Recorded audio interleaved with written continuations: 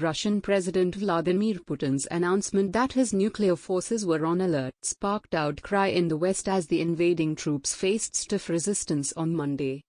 The UN General Assembly will hold a rare emergency session Monday to discuss the conflict, which has claimed dozens of lives and raised fears that it will displace millions of people. Ukraine has also said it had agreed to send a delegation to meet Russian representatives on the border with Belarus, which would be the two sides' first public contact since war erupted. Russia invaded on Thursday and quickly announced it had neutralized key Ukrainian military facilities, but fierce fighting has since raged. Ukraine forces, backed by Western arms, are stymieing the advance of Russian troops, according to the United States, which has led Western condemnation and a campaign of sanctions. Putin ordered Sunday Russia's nuclear forces onto high alert in response to what he called unfriendly steps by the West. Russia has the world's largest arsenal of nuclear weapons and a huge cache of ballistic missiles.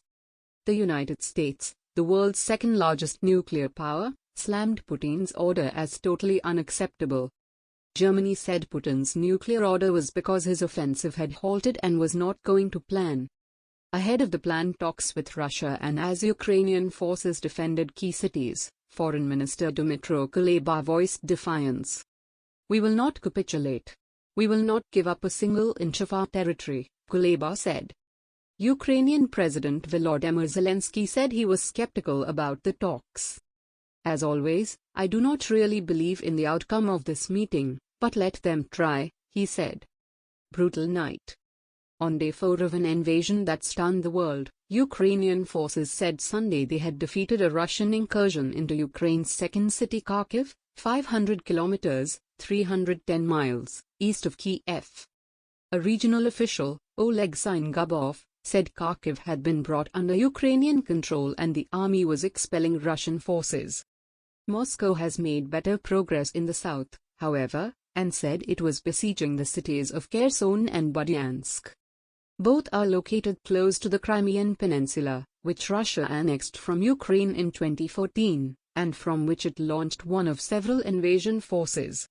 Ukrainian officials said they were fighting off Russian forces in several other areas, and claimed that 4,300 Russian troops had been killed. In Kiev, many residents spent another night in shelters or cellars as Ukrainian forces said they were fighting off Russian sabotage groups. But Sunday was relatively calm compared to the first days of fighting and the city was under a blanket curfew until Monday morning. Ukraine has called on its own civilians to fight Russia, with the brewery in Lviv in the country's west switching its production line from beers to bombs, making Molotov cocktails for the volunteer fighters. Western sources said the intensity of the resistance had apparently caught Moscow by surprise. Ukraine has reported 198 civilian deaths, including 3 children, since the invasion began, and Russia has acknowledged for the first time that a number of its forces had been killed or injured. The UN has put the civilian toll at 64, while the EU said more than 7 million people could be displaced by the conflict. "We are witnessing what could become the largest humanitarian crisis on our European continent in many, many years," the EU Commissioner for Crisis Management Janusz Linašek said. At the Medygar border crossing with Poland, volunteer Jasinska said the long line of arrivals, mostly women and children, need warm clothes. Crossing Medygar with his family, Ajmal Rahmani, an Afghan who fled Afghanistan for Ukraine 4 months before the US withdrawal, told AFP, "I run from one war, come to another country and another war starts. Very bad luck. Stand together." The United States and its allies continue to try and build economic and military pressure. The US and Europe need to really stand together to both the aggressive actions of Russia against Ukraine but also the threatening rhetoric coming from Moscow, said NATO Chief Jens Stoltenberg. NATO will deploy its Rapid Response Force for the first time to bolster its eastern flank.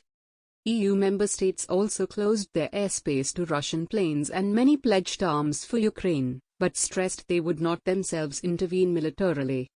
"We are stepping up our support for Ukraine. For the first time, the EU will finance the purchase and delivery of weapons and equipment to a country under attack. We are also strengthening our sanctions against the Kremlin." Brussels also announced it would provide €450 million, $500 million, for Ukraine to buy weapons and ban Russian central bank transactions, as well as restricting two Moscow-run media outlets. The West said it would remove some Russian banks from the SWIFT bank messaging system and freeze central bank assets. The Kremlin has brushed off sanctions, including those targeting Putin personally, as a sign of Western impotence. However, the European Central Bank warned Monday that the European subsidiary of the Russian state-owned Sberbank was facing bankruptcy. The Russian ruble fell almost 30% on Monday morning.